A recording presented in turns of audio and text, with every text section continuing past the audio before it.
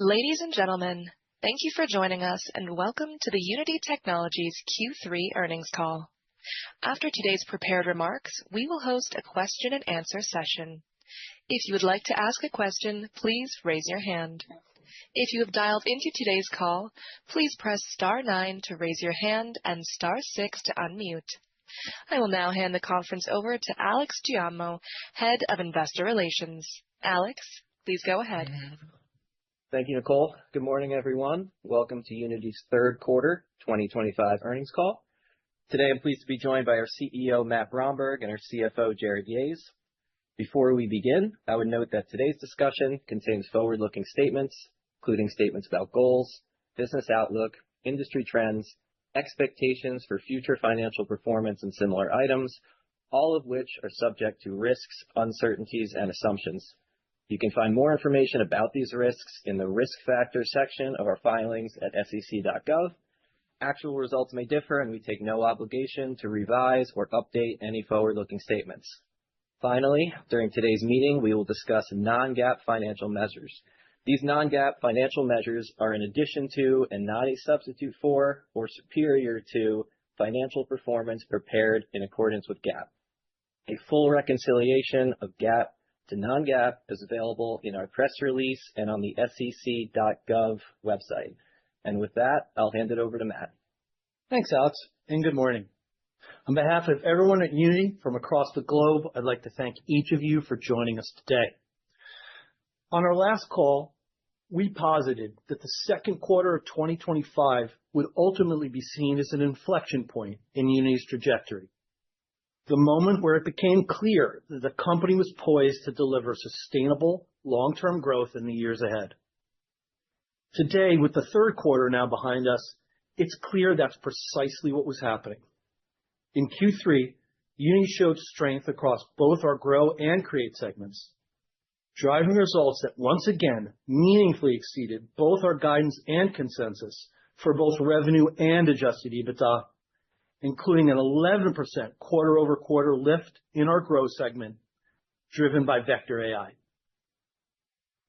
Progress in the Create segment has been equally exciting. After backing out the impact of non-strategic revenue, our Create subscription software business increased 13% year-over-year, reflecting the fundamental improvements we've made in both the quality of our product and the connection we have with our customers. But this inflection point we're referencing is about so much more than just the financial results we're reporting, because in the new Unity, we're not choosing between execution and vision. We need to achieve both. The video game industry has already overtaken Hollywood, music, and linear video combined in scale. We believe social media and short-form video are the next targets. As consumers increasingly demand that their entertainment be interactive in nature, and creators search relentlessly for ways to increase engagement and time spent, all roads lead to gaming as the solution. Unity has always been about democratizing access to technology. We aim to give every software developer the tools and the platform to become a game developer. That's in our DNA. Advancements in artificial intelligence will enable us to enhance and extend this mission. Soon, Unity software will empower any creator, not just any software developer, to build interactive experiences. We believe this new form of democratization will not only spark an unprecedented explosion of content creation and more time spent in games, it will also make user acquisition and personalized discovery through Unity Vector more vital than ever. Players will have more choices about how and where to play than at any other point in history, with Unity uniquely positioned at the intersection of the creation, discovery, and monetization of those games, all powered by Vector AI.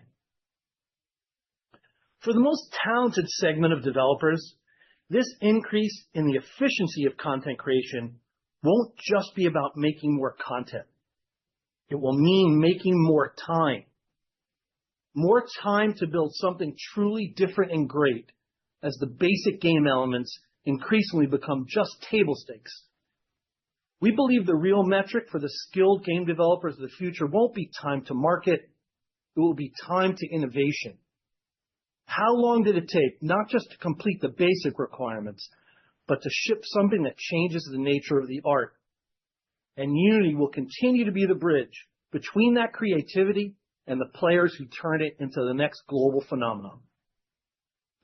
For now, let's dive a little more deeply into some of the product improvements we delivered in the quarter. During Q3, we continued to make rapid fundamental advancements in Unity Vector, delivering stronger returns for our customers. These performance gains are broad-based, spanning client size, geography, operating system, and genre. As we continue to ingest higher quality signals and refine our models, Vector will keep learning, driving sustainable, healthy revenue growth well into the future. We expect these efforts to be further enhanced by the highly differentiated behavioral data available through our runtime, which should begin having a financial impact in 2026. In August, we rolled out the Developer Data Framework, a unified system featuring dashboards that allow our customers to control how data is collected, shared, and used in the production and operation of the interactive applications they build with Unity. This framework is designed to enable developers to unlock the power of the runtime to better diagnose problems and to optimize the experiences they offer their players. We're pleased to report that over 90% of new projects built with Unity 6.2 are now utilizing the new Developer Data Framework. In October, we announced our expansion into cross-platform commerce with Unity IAP, enabling developers to manage their entire global commerce and catalog from a single dashboard within Unity. The scale of this opportunity is meaningful. Each year, more than $120 billion of in-app purchases are made in mobile gaming alone. The majority of these purchases are taking place in a Made with Unity game.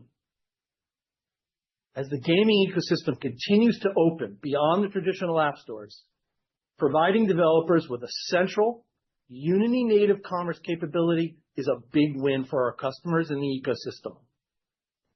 Alongside our announced partnership with Stripe, we also recently entered into a new partnership with Coda and are in active discussions with several other payment providers.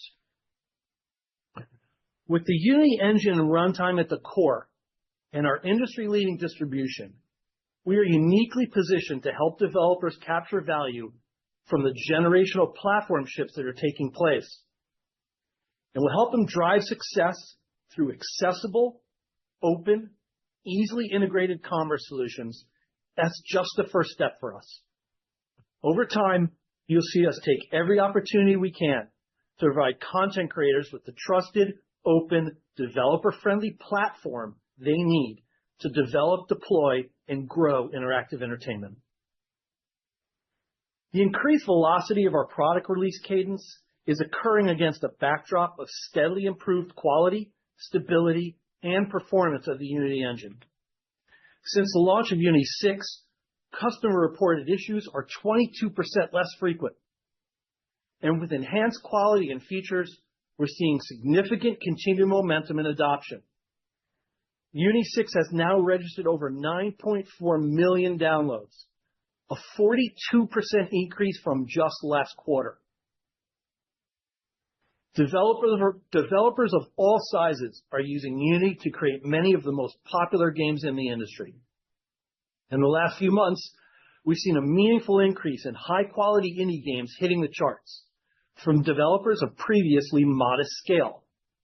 Peak, a co-op climbing adventure game built by just a handful of developers in a few weeks, has sold well over 10 million copies worldwide since its launch in June.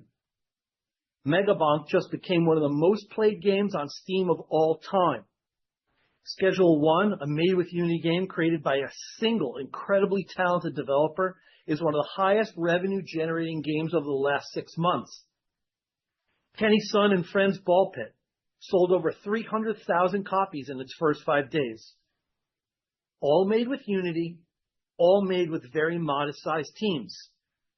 This is the dream that Unity lives to serve, and each week we're seeing new breakout hits like these. This is not an outlier, it's a trend.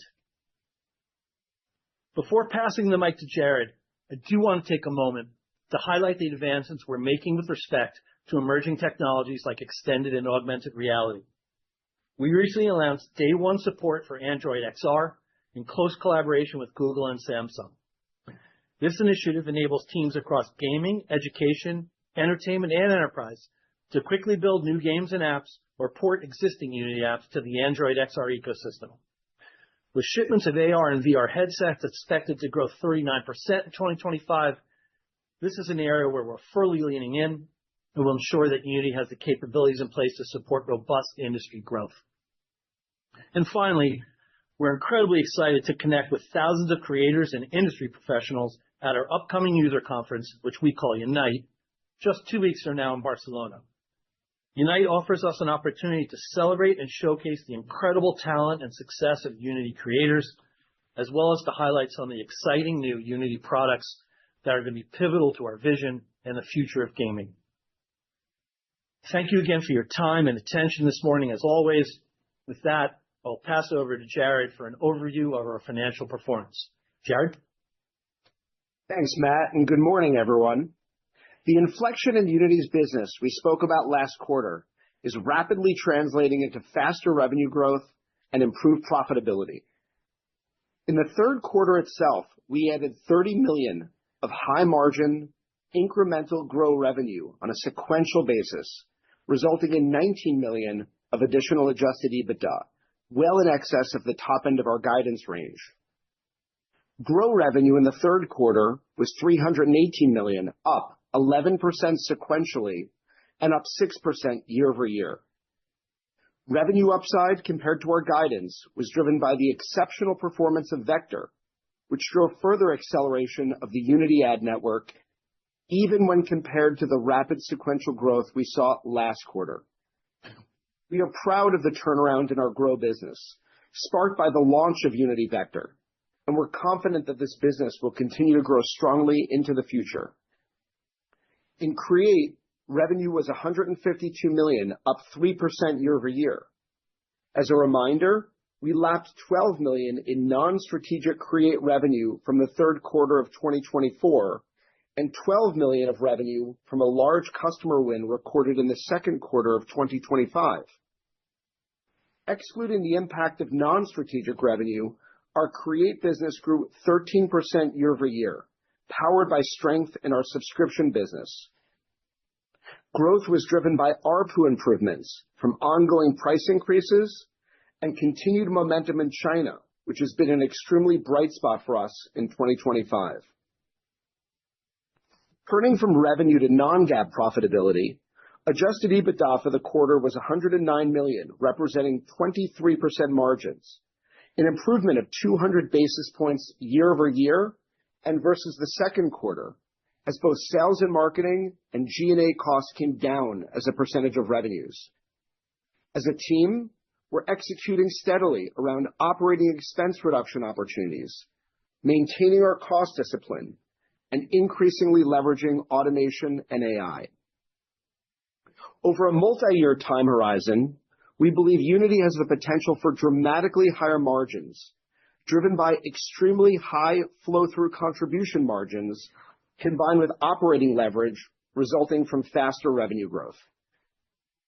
Unity had record free cash flow in the third quarter of $151 million, representing an improvement of $36 million year over year.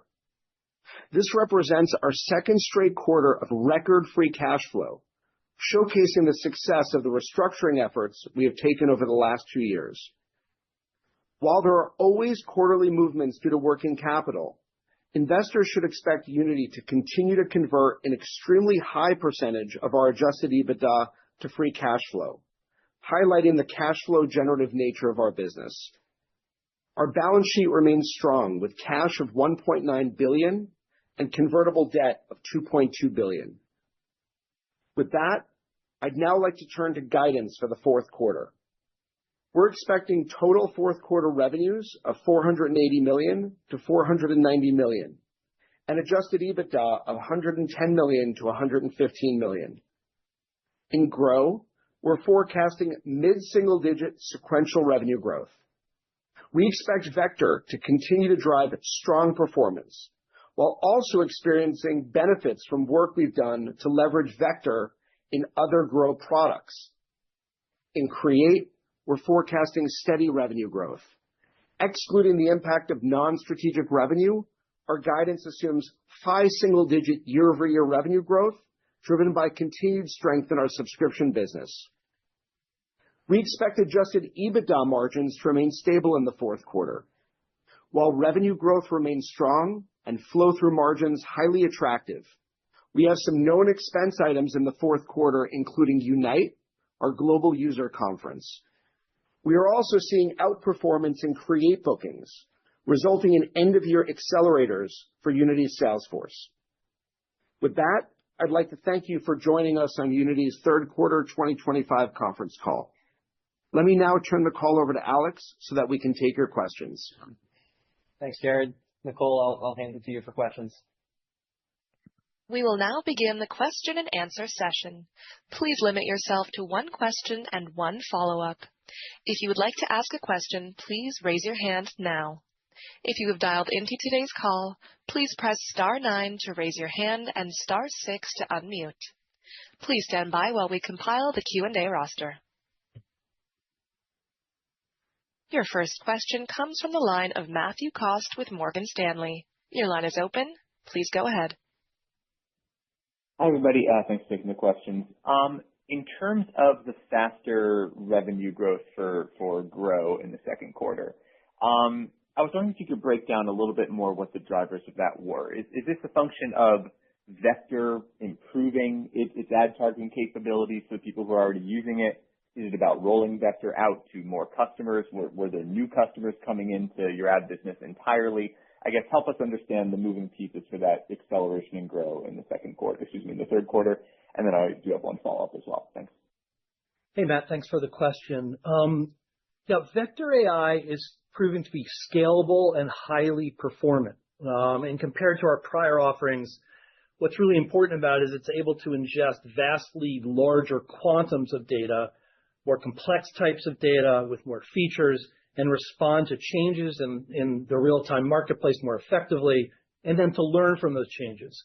So the self-learning AI continues to improve as we continue to invest in its development and as we continue to invest in the development of the data sets that feed it. So we believe that the roadmap we have in place, coupled with positive trends in overall mobile gaming advertising spend, is positioning us really well for continued sustainable growth over the long term.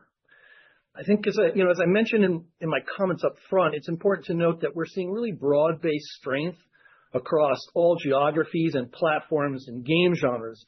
It doesn't mean that that's always true with every single customer on any given day. There's always work to do to optimize, and we're investing and working really hard to do that. But there's nothing at all structural that we see standing between us and continued broad-based improvement for our customers, which is a really powerful dynamic, and it's really encouraging. We feel very good about having the infrastructure and systems in place to power continued sustainable growth over the long term with Vector. And we couldn't be more thrilled with the progress we're making. Great, thank you. And then on the developer data framework and the runtime data, very encouraging to hear about the high uptake of the developer data framework with new customers. I guess, how should we think through the impact in 2026 that data might have? Obviously, Vector, in the absence of that data, is clearly improving. How big of a sea change might that be, and how should we think through the timing and magnitude of that impact?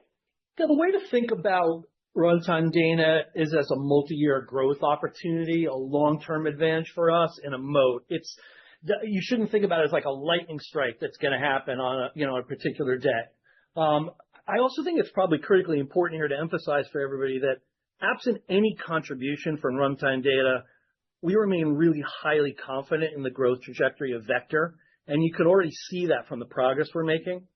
Having said all that, Yeah, we're really pleased about the launch of the developer data framework in August, as you mentioned. We're pleased with the opt-in rates and the developer reception, and we feel like we have the pipes and the processes and privacy in place. And as more and more games are built in Unity 6, these tools are all going to have an increasingly important impact. We also the really positive adoption trends, as you noted, will speed that. But listen, this is a marathon, not a sprint. Which doesn't mean, as the great Jeff Van Gundy, the former coach of the Knicks, once observed, it doesn't mean we're not running as fast as we can the whole race. We are, but it's a long-term race, and we're feeling really, really good about the progress we're making. Great, thank you. Your next question comes from the line of Brent Thill with Jefferies. Your line is open. Please go ahead. Good morning, Jared. On the guide for grow at mid-single digit, you just put up 11% sequential. Maybe just talk through what you're embedding in the guide, why you're expecting the sequential slowdown. Sure, Brent, and thanks for the question. I think firstly, just taking a step back and looking back, we're really excited about the progress we've made with Vector. This is sort of the second quarter where we've seen extremely fast, rapid sequential growth. There's nothing looking forward that gives us any pause about where we are with respect to the momentum, where we are with respect to leveraging data to help with model improvements, and our product roadmap is really exciting as we look forward. Ultimately, the guide is a function of many things. It's a function of where we are run rating into the quarter. It's a function of the seasonality that takes place in the fourth quarter, and it's a function of the data that we expect to flow into the model. We outperformed our third quarter expectations based on where we were when we reported the second quarter. We feel great about where we are. There's nothing to say that our performance will not continue to improve over the course of the fourth quarter, and we'll end up in as phenomenal of a place as the third quarter. So, again, on our side, there's no reservation, there's no hesitation. I think we feel really good about the guide and about where we came out vis-a-vis the third quarter. Yeah, and just the one thing I'd add to that, Jared, and that's well said, is that keep in mind we're not running this business to a quarterly earnings clock. New product rollouts, enhancements, these are things that are organic to the business. They come when they come. The quarter ends on whatever day it ends. It's just not how we're running the railroad. So, I wouldn't read anything into where particular things happen to fall over the course of 1 month or another month. The long-term prognosis for this business is really, really good. Great, thanks. Your next question comes from the line of Alec Brondolo with Wells Fargo. Your line is open. Please go ahead. Yeah, hey, thanks so much for the question. I appreciate it. With regard to the non-Vector Grow business, could you call out some specific points of improvement, maybe ways that you're able to leverage the learning from Vector into other areas of the business? I think you mentioned in the prepared remarks there was some improvement in the third quarter driven by that, but maybe some specific examples might be helpful for us. Thanks so much. Yeah, thank you very much for the question. We're really excited about the entirety of our ad business, and I appreciate your question because I think we rightly focus on Unity Vector a lot. It's that is the largest and fastest growing segment of that business, but we're really excited about the opportunities across the whole segment, and we do have plans in place to incorporate some of the technology and learnings from Vector into our other ad businesses. Now that we're through the launch, the first piece of the launch of Vector, we do have additional cycles to apply to that. It's something we've already begun. We're optimistic about some of the early results we've seen and the scale of the opportunity there over time. And ultimately, our goal is to drive healthy and sustainable growth across the entirety of that business, and we feel great about the opportunity to do that. Thanks so much.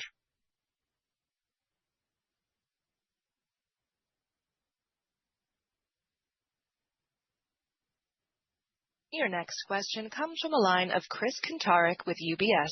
Your line is open. Please go ahead. Great. Thanks for taking the question. I want to ask on the Unity in-app payments initiative here. How should we be thinking about this from the perspective of an incremental monetization opportunity versus more of a value add for your customers? Hey, Chris, thanks for the question. We're super excited about this opportunity. And, there was again some news this morning in this space, which underlines, just the trend that globally app stores are opening up all over the world as a consequence of legal challenges and other regulations and just the trends that we're seeing. And that combined with the increase in mobile in-app purchase spending is really exciting. As we noted up front, there's just an enormous opportunity for Unity to be able to deliver value to its developers, to enable them to manage cross-platform, multi-store, their full catalogs, and manage payment providers all natively from inside the engine that they're already using to build and operate their live service business. So this is something that we're really excited about. It's something that, as we spend time with customers, I think they're really excited about it. I saw a recent survey that said they thought more than 3/4 of game developers would incorporate alternative app stores into their business model in the next few years. I think that's maybe even undershooting what we're going to see. So it's a real opportunity for us to provide value. The product is completely free to our users. We'll collect a modest fee that's negotiated with the merchant of record, but that's not really what it's about for us. We do think, though, that over time, we'll be able to build new commerce products that deliver more value to developers, and we'll be able to enhance this offering over time, and that can grow into a meaningful product opportunity for us. But more than anything, the point that we're hoping that folks will take away in our customer set is this is just the perfect example of a kind of product that only Unity can provide. Natively, deeply integrated into the tool you already use. And it's we hope one big, but not the final step in enhancing our role as a platform across the entirety of the video game space, mobile, PC, ultimately console, and to be there for developers and to help them in what's going to become an increasingly complex, more open world. Really appreciate that. Maybe just one follow-up. As we think about Vector and where it is bidding across various mediation solutions, you called out really strong scalability here. Is there any evidence that Vector is going out and bidding more into non-level play mediation solutions? Thank you. At a high level, Chris, I just say that we've seen that Vector is really competitive across all platforms, and we're seeing that continue. Understood. Thank you. Your next question comes from the line of Vasily Karasyov with Cannonball. Your line is open. Please go ahead. Thank you. Good morning. Congratulations.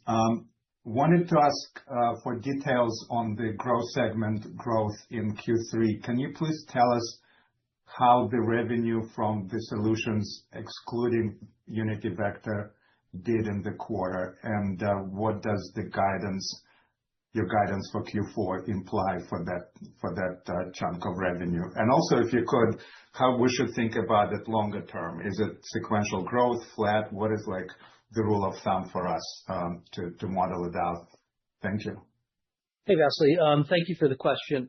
We're not reporting breakdowns in the ad revenue number, so we really can't get into that. I would say that in general, we couldn't be more thrilled with the progress we're making across the entire segment.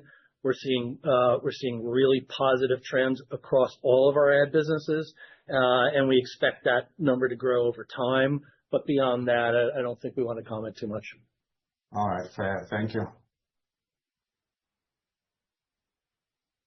Your next question comes from the line of Andrew Boone with Citizens. Your line is open. Please go ahead. Thanks so much for taking the questions. Matt, in your prepared comments, you spoke about empowering any creator, not just software developers. Can you flesh out that comment and help us understand kind of the bigger picture strategy and the product roadmap as generative AI becomes more impactful? And then, Jared, is there anything on the cost side that we should be aware of as we think about 2026? It sounds like you may have some opportunities here. What does that look like? Thanks so much. Yeah, I'll take the first part, and Jared, you can follow up. And thank you very much for the question. Yeah, here's what I was getting at. The DNA of Unity is around this, has always been around this notion of democratization of game development. And what that meant 20 years ago was we provided a set of tools and technologies and platforms that enabled any software developer be able to get into the games industry. And our dream was that and that was impossible before because you could not, unless you were a really big scalable business, you couldn't invest in what was required to make that real. And the dream of the founders of Unity was, one day an individual sitting in his or her living room could build a game that millions of people could play.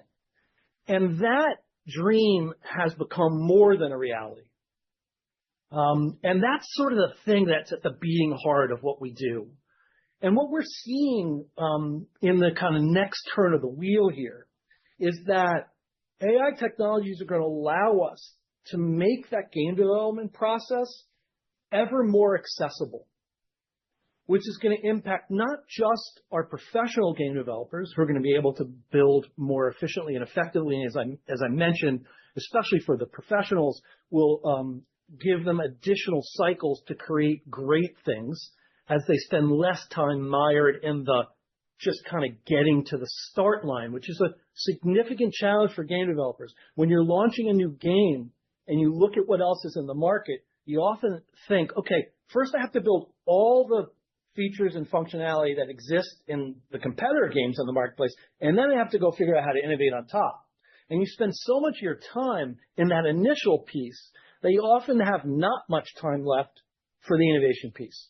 And so we think for the professional developer, we're going to be able to provide tools that help them move more quickly through some of those routinized tasks and enable them to spend more time on the innovation piece. We think that's going to have a really important, and already has had a really important impact on the marketplace. At the same time, this dream of democratization is going to become more accessible. Whereas before we were just hoping that we could have software developers become game developers, I think what we're going to see is the Unity tools that we're going to provide are going to make it more and more accessible for non-developers and just regular content creators to be able to create interactive experiences. And then as an initial matter, and then take those experiences as far as they want them to go inside the Unity ecosystem. What I was talking about in the remarks about interactivity is one of the things we have learned, I think, from years of building interactive applications is that engagement is the coin of the realm. Engagement and time spent. And whenever creators are looking to enhance engagement and time spent, ultimately they move to interactivity as the solution. Interactivity creates more engagement, creates more social interaction. It's what content creation ultimately is all about. So the combination of the democratization of the tools plus more interactivity across more different content types is something that we're really, really excited about, and we think we have a really important role to play. Thanks, Matt. And just following up on the second part of your question, Andrew, on the cost side, we're excited about the progress we've made so far this year. EBITDA margins are up 200 basis points year over year and sequentially in the third quarter. They're up 400 basis points from the beginning of the year. What we've seen is operating leverage across the business, and we are blessed with extremely high gross margins. Gross margins at Unity are about 82-83%. Contribution margins are dramatically higher than that. There's a significant portion of our cost of goods sold that are actually fixed. What that really means for us looking forward into 2026 is that we can expect to benefit from the revenue growth that we expect in the form of significant operating leverage. If you look back over the last couple of years, we've had to battle against operating deleverage from the simplification and streamlining of our business. The opposite is going to happen looking forward in 2026. When you combine that operating leverage with cost discipline and our ability to leverage AI and automation to improve our business, we really think there's the potential to both expand margins and invest in some of the really important product initiatives that Matt has been laying out. We think there's a huge organic growth opportunity in our industry. We think we're really blessed with the assets that we have. I think when you think about elements like IP, when you think about collaboration, when you think about some of the data that we uniquely have access to, we think that we can expand the margins of the business while also significantly investing in the product opportunity, really resulting in a nice setup for 2026 from a margin perspective. Thank you.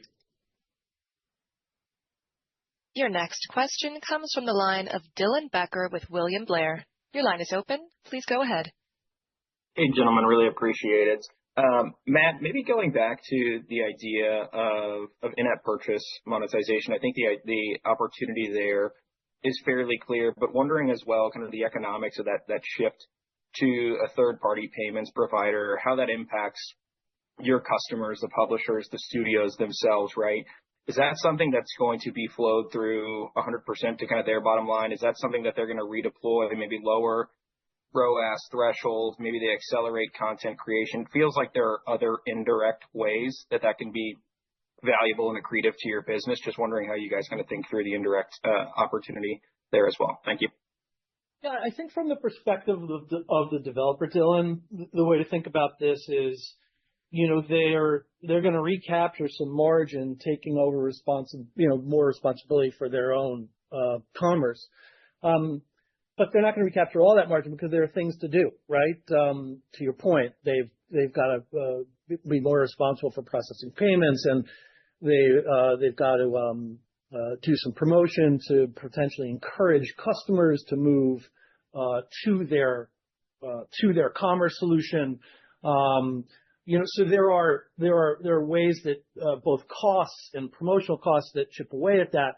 Having said all that, there's meaningful money left over, and we have, I think, on prior calls, talked about the fact that we believe that a lot of that leftover margin is going to be turned into fuel for growth.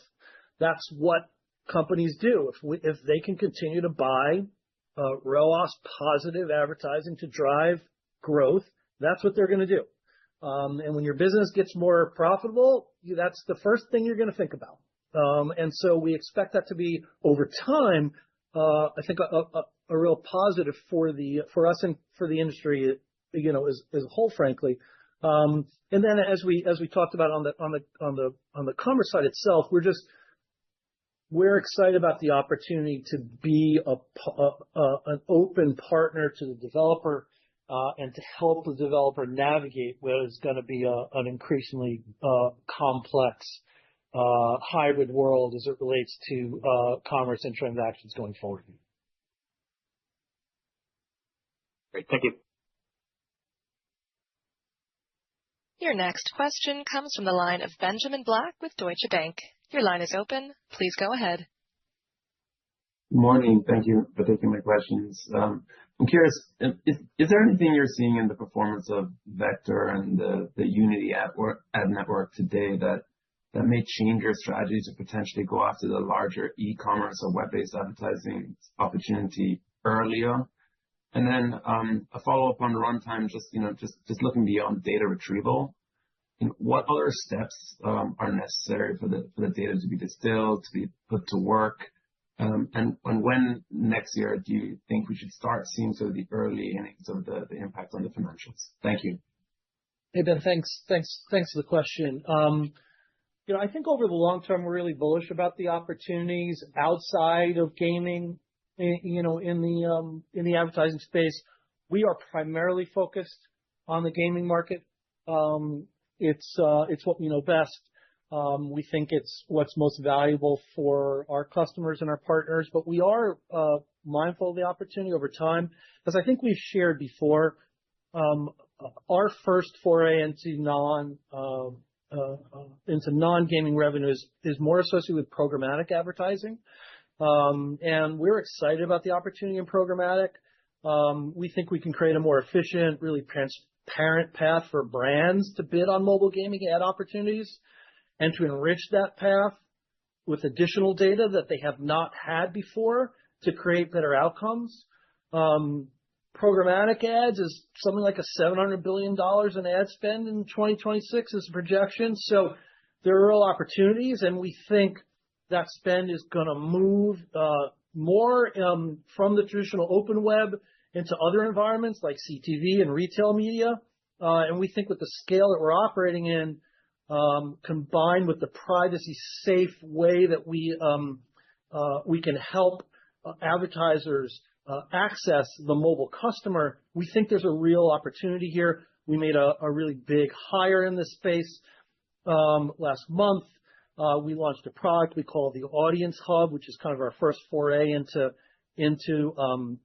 helping brands of all types reach this new audience.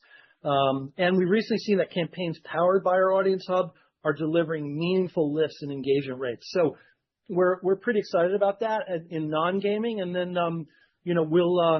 we'll think about e-commerce potentially next, but it's not something where that's really close in for us. And the question on runtime. Yeah, I'm sorry. Go ahead. You want to reiterate, or I can? Yeah, you go ahead.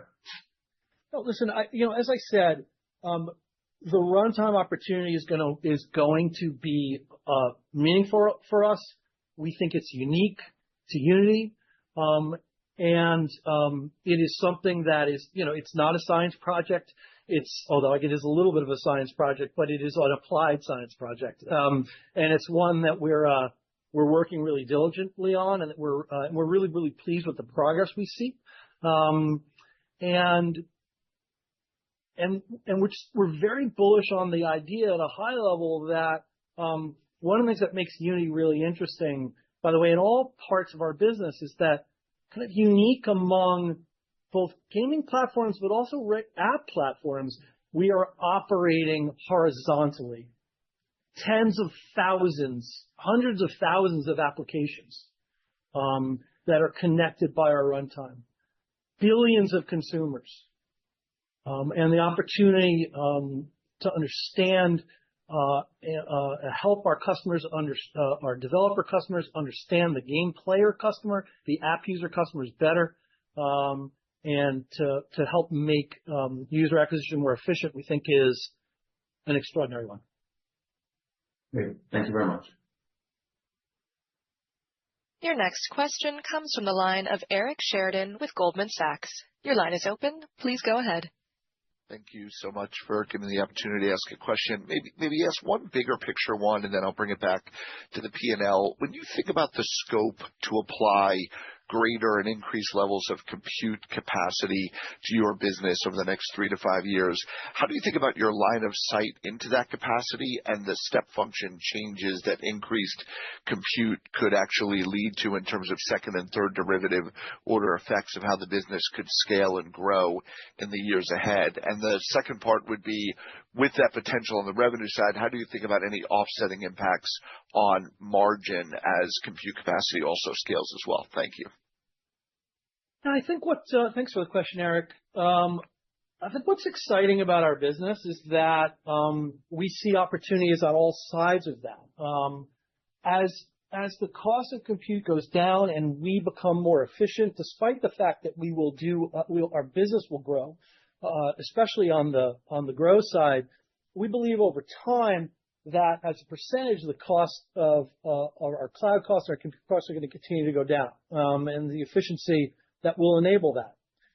Even though we'll be working with ever greater quantums of data, and even though we'll be working on increasingly more inference, that ultimately is going to be a real positive for our business.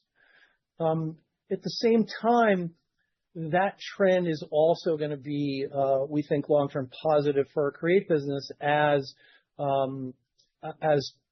we talked about, as the expansion of the number of creators who are building games and using Unity, who are increasingly using compute-intensive solutions to do that.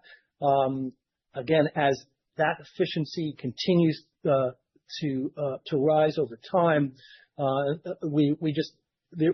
we hope and expect that there will be no sort of friction to more and more people using our tools and platforms to build content, which we think is going to be great for our business. Yeah, Eric, I would just add on to that, which is to say that cloud costs for Unity today are the second largest cost in our business. You would have seen that in the third quarter, our cost of revenue would have increased, and that's really directly in line with the very significant growth that we experienced in our Grow business. We are not afraid of building our business where it is computationally intensive for a period of time, because what we found is that over time, we are able to make that consumption of compute much more efficient, much more effective. The cloud providers are doing a great job of driving efficiencies over time, reducing unit prices to us, and our developers on our side are becoming much more effective and efficient in terms of the way that they're consuming compute, effectively commoditizing layers of compute on a very regular and recurring basis. So we're not afraid of getting more advanced in terms of the consumption that we use, because we know that this is going to go down over time in terms of cost to serve.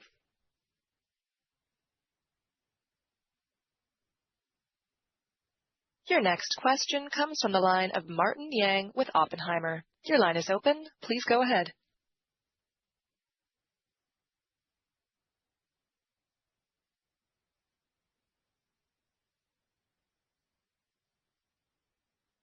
Martin, a reminder to kindly unmute yourself.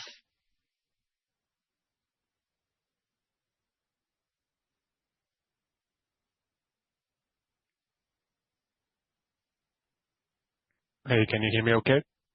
Now we can. Thank you for taking my question. I'm curious about your prepared remarks comment regarding China. Is there anything different that's happening in China where you see momentum? There are very unique aspects of the ecosystem in automotive and mini apps. Anything that's worth elaborating on in China for our business? Yeah, there's actually a lot to elaborate on there. So, Martin, thank you for the question. China's been a real bright spot for us, and it's no accident. Unity is the only platform that works seamlessly with all of the Chinese platforms, including Open Harmony, which is increasingly becoming the standard for mobile in China. So we have a really important and growing business there. As I think you know, China is the largest market for gaming in the world, I think, at this point, and is growing really, really quickly. And we're really well positioned there on the gaming side, having been there for quite some time, and again, having worked really hard and well to ensure that our technology is compatible and will be compatible over the long term. Lots of big hit games in the Chinese market are made with Unity.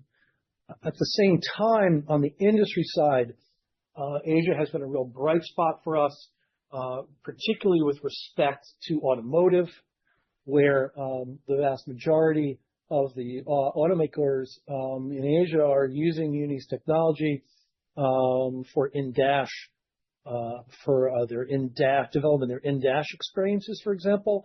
We've also had a lot of penetration in our industry team across more manufacturing businesses in China.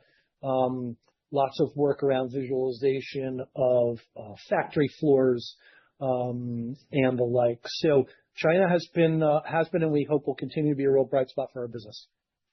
Hey, Martin, I would just add to that, when you look at our Chinese revenue, which we do disclose, it's improved from 15% of revenue to 20% of revenue over the course of the past year. That's a pretty broad-based increase in terms of the revenue growth. So that is both impacting our Create business, which Matt outlined in detail.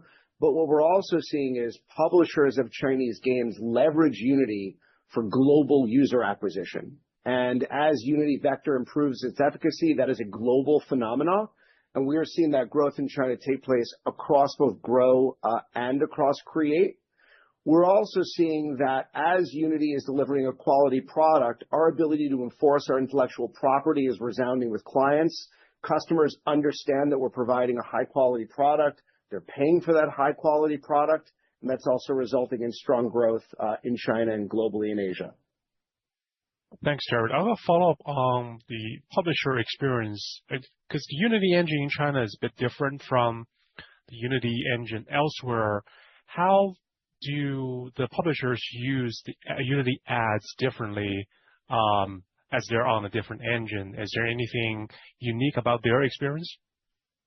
No, it's from the ad perspective, it is pretty straightforward and for all important intents and purposes, the same. Got it. Thank you. Your next question comes from the line of Tom Champion with Piper Sandler. Your line is open. Please go ahead. Hey, good morning, guys. I just wanted to pick up on the last question related to China. It did look like a lot of the year-over-year growth on a dollar basis came from China. I'm just curious, Jared, maybe you said that was balanced across Create and Grow, but if we looked at growth on the Grow side on a geographic basis, would that look a little more balanced than maybe it does in aggregate? So that would be the first question. And then, Jared, I'm wondering if you could just touch a little bit on capital allocation. It seems like you've got an awful lot of cash and really nice free cash flow generation here. What's kind of the thinking on capital allocation going forward? Thank you, guys. Yeah, thank you for the question. I'll just make a brief comment and then I'll pass it over to Jared. The revenue growth in Create really has three principal drivers this quarter in the third quarter. The first one was the ongoing impact of the price increases that we've had, which are beginning to roll through. It's now been a couple of quarters, are beginning to roll through the P&L, and will continue to do so over the course of 2026. As you pointed out, growth in China is a meaningful piece. And then also more broadly, more generally outside of China, the growth in our industry business as well. And that it's really those three that are driving the really positive results in Create. Yeah, I think that's absolutely right. And I think when you look at, we did talk about a very large customer win in the second quarter, so that's important to sort of call out with respect to China. You're correct on the capital side, Tom. I mean, we've been doing a great job in terms of generating cash. Cash has gone up by just about $500 million over the course of the past year. Some small component of that is from financing and the refinancing transaction we undertook in February, but the vast majority of that is cash flow from operations and really high free cash flow conversion on EBITDA. Look, from a business perspective, what we're doing right now is focusing very sharply. We think that there are product opportunities that are organic to our business that really require our full attention. We do have some refinancings prospectively that we will undertake and some converts that are coming due, but there's nothing we need to do in terms of additional capital raise to meet those obligations. And I think, we are going to absolutely be keeping our eyes out for potential acquisition opportunities, but there's a very high threshold and a very high hurdle for us in consideration of the strong product opportunities and organic growth opportunities that we're seeing in front of us. So thrilled with the cash generation. I'm going to be very savvy with respect to how we think about that capital so as not to distract us from what we think is an improving and really attractive organic growth opportunity in front of us.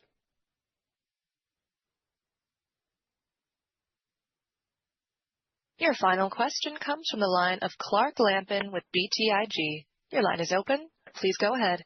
Hey, thanks very much for squeezing me in. We've dug into a lot of sort of very, specific things on the product side and sort of, Unity specific. Maybe if we pulled back and sort of talked about the mobile market for a second, I wanted to see if you guys could provide some perspective on the way that products like Vector and what some of your peers have released are really impacting the market and developer spend. It sounds like financing companies are stepping in to sort of provide more ubiquitous capital to the market. Are we in a phase right now where you think the market is improving, capturing momentum, and that's likely to continue into 2026? Maybe help us think about, I guess, the sort of systematic backdrop and how that's improving alongside the product work you're doing. Thanks a lot. You bet. Thank you for the question, Clark. We're really bullish on the growth of the games business as a whole. Not just the mobile business, which we feel really good about and we think is going to grow, but also the business as a whole. And I know there has been certain kind of targeted spots of difficulty in this market. I believe that we are at a fascinating moment of kind of creative destruction in which the games business is resetting and reimagining itself, but it's going to do that in the context of growth. And as I talked about up front, the explosion of really amazing new games, which we're already seeing, which is going to accelerate markedly in the months and years ahead, is going to put the importance of AI-driven discovery ever more in the forefront. So to the extent that we can help developers sort through and publishers sort through what is a difficult market from their perspective, because there's going to be so much more content, and it's going to continue to be more and more competitive. It's a very competitive marketplace. So we think we have a role to play in helping our customers take advantage of that growing pie by providing them better and more effective and more efficient tools, both to acquire new customers, but also to better manage the customers they have, which is why we're so excited about where we sit in the games industry right now. Most of the other participants in the games business are very vertically focused on one kind of game or on one platform or on one set of devices. We exist horizontally across all of them. And our only interest is in doing everything we can to make sure the ecosystem is healthy and that developers can continue to build their businesses. And we're able to help them across the entire life cycle of their businesses, from prototyping games through operating those games in live service, figuring out how to optimize revenue and engagement of the games that they're operating on an ongoing basis, and then helping them acquire new users. And to the extent all those activities become increasingly driven by AI and increasingly driven by an understanding of consumer behavior, the fact that the pieces of what we offer are tied tightly together around those two things is going to be really meaningful for us over time. And we're really excited both about the growth of the market and the role we think we have to play in it. Okay. And if I may ask, I guess just a very quick sort of Vector-related follow-up. In prior quarters, you talked about sort of returns, dispersion between your customers and some experiencing sort of better performance than others. Has that narrowed, of late? Are you seeing sort of a tighter band right now and sort of higher ROAS on average for all customers? Or, is it sort of maybe moving in the other direction and we should think about growth being driven by a smaller handful maybe of larger customers that are leaning into this a lot more aggressively? I'm just curious, I guess, how that's sort of evolved and what you've seen. Thanks a lot. You bet. No, we are seeing broad-based improvement across all of our customer sets, small and big, geography, genre. The improvements are really quite broad-based. Thank you.